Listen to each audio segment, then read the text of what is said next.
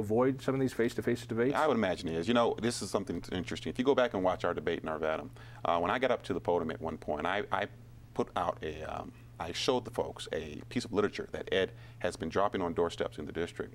Glossy, beautiful piece of literature. Not one mention of health care.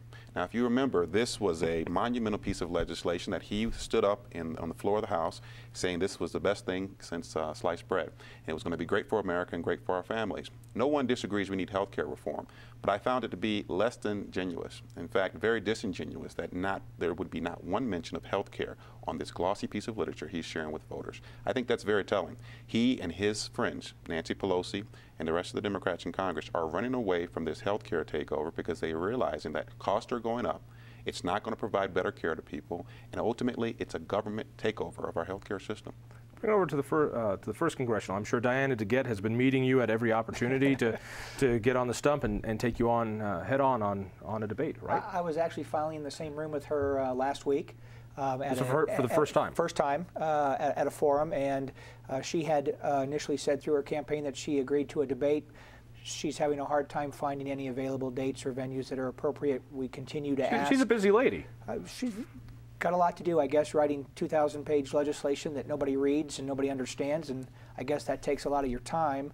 But I would enjoy a debate. I think the people of the 1st District deserve a debate. They deserve to be able to contrast the big government solution versus the limited government solution, the government takeover of our industries versus the private sector solution to our long-term economic woes. But as of yet, I've not been able to get the opportunity to contrast my solutions to hers. And you want debates, and she won't give them to you. We continue to ask. All right, I know Jared Poles, and actually Jared and I are pretty friendly. He's the kind of guy that shows up for these kind of things. Have you had the same problems the other guys have? Yeah, I called Jared, and he returned my call and said, yeah, we should have 8 or 9 different debates or forums. So far, we had one, the same one that Mike and Diana DeGette were at, the Jewish Community Relations Council forum. But again, it's also a challenge to try to find the appropriate venue and times and stuff on the schedule to accommodate his calendar. And I agree with Ryan, though, because I've been to enough events where even Polis should be very confident of winning re-election, but the polling data doesn't show that, and he's not proudly running on his record. He also doesn't bring up health care. He doesn't bring up the $3 trillion in deficit spending. They don't bring up these things. They just talk about all these, I've been very busy bringing home the bacon for you. That's all they want to talk about. Let's talk about health care, because I want to do this. And let's bring it over here first.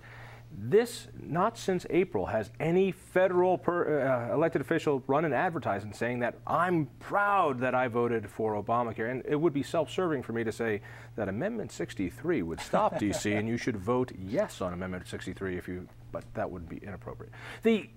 Nobody is saying, I voted for this thing. Not a single representative in the entire United States is voting on their vote to take over health care. Why is that, Mr. Fallon? Well, I think it's apparent. This is another massive government entitlement. Healthcare reform is necessary. Trying to increase access is noble and should be done. High-risk pools, good idea. Portability, good idea.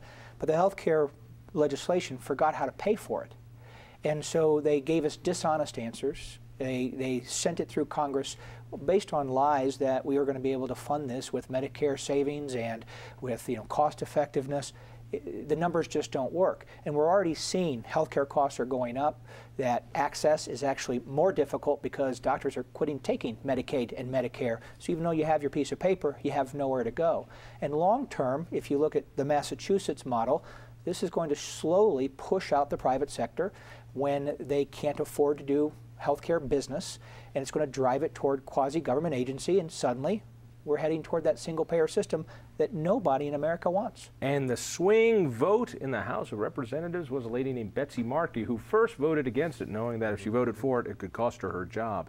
I'd love to be a fly on the wall when she got the call from Nancy Pelosi saying, you will vote for this, and when you lose re-election, we'll get you a job in the administration. Talk to me about Betsy's vote on this, and how is that reading in the fourth? Well, the fourth congressional does not want the health care bill. They're opposed to the health care bill. And if you look at what happened when Betsy Markey made the decision to vote for the health care bill on March 18th, at the first financial quarter of the year, she had raised about $150,000 for her campaign re-election efforts. Between March 18th and the end of the quarter, March 31st, after she announced that she would vote yes on the health care bill, she raised $355,000. This was you wonder why she voted yes. There's the answer. And again, You are so cynical. It does. Maybe she changed her mind and saw the light. She voted against it first, but then reread the 2,000 pages and realized it'd be good for the people of your district. Well, again, she voted for the bill against the will of the district. It's a bill that won't reduce the deficit like people say it is. It's a bill that even President Obama's own administration said will do little to reduce cost. We've seen insurance groups leave markets. This is a bill that will not work. It will take over health care. It will put bureaucrats in charge and leave the patient high and dry. Is this a winner for you guys? Is health care reform something that's going to bring you across the finish line? In their health care reform, I mean, they take $500 billion out of Medicare. We don't know how they're going to pay for this thing. They're going to hire 16,500 IRS agents to force compliance, unconstitutional in my viewpoint, to buy private health insurance. They're going to also have a provision, a 1099 provision, that's going to kill jobs, kill small businesses. People aren't following that. Every time you spend $600, you get a 1099. It's going to overburden businesses with bureaucratic red tape that's going to kill Colorado jobs.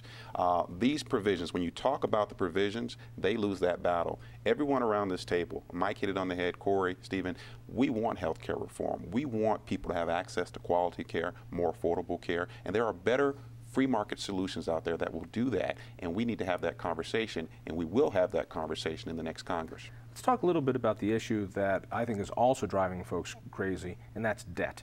And our party is every bit as guilty of this as the Democrats. We teed up the ball to say debt spending is okay. They put it into hyperdrive. It is unfathomable. Every man, woman, and child right now owes $44,000 in debt.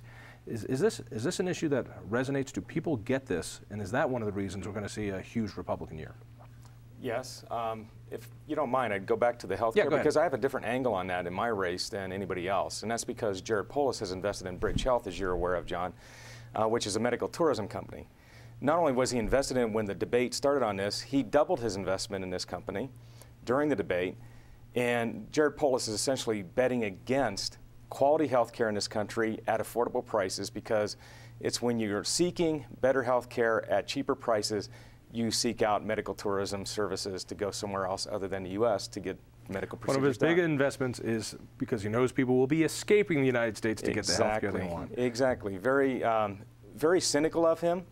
And even if you're liberal, how can you support someone who is putting in place a system that he knows is going to be bad for health care in this country? Switch it over to debt for me. For debt, I know that Jared Polis is actually sensitive on this topic, because at the JCRC event, I told the people that the person sitting to my right, who is Jared Polis, is responsible for $3 trillion in deficit spending in 2 years. When I finished my closing statement, he had already done his. He felt compelled to interrupt and say, I didn't vote for all that spending. And so, okay, honestly, he didn't vote for cash for clunkers. That takes you to maybe, what, $2.998 trillion over 2 years? It's just insane. And in 2009, he was actually on record in a Broomfield Enterprise newspaper article talking to students at Broomfield High School that the way to address the debt was to increase taxes, inflate the money supply, and cut spending. Well, he's done everything but cut spending, so we know what he wants to do. He wants to inflate, which is stealing our money through devaluation of the dollar, and he's voted for virtually every piece of spending legislation that has come through. Bring it over here. Is debt at all an issue? That's a huge issue. Your opponent is one of the most secure Democrats in the state. I mean, I don't think Diana DeGette has ever had to run for re-election. She's just put her name on the ballot. Is this an issue that hurts her? I think it is, in that when I knock on doors and I'm speaking with the Republicans, the unaffiliated, the Democrats, this issue it goes across all parties, all affiliations, all thought process, because it's really about our children and our grandchildren. And so I'll have the conversation with them. Is it fair for us as a generation to spend all this money on whatever decisions we make in government to spend when we're doing it on the backs of future generations. And across the board, everyone agrees that that is morally unethical and can't be sustained. No one wants to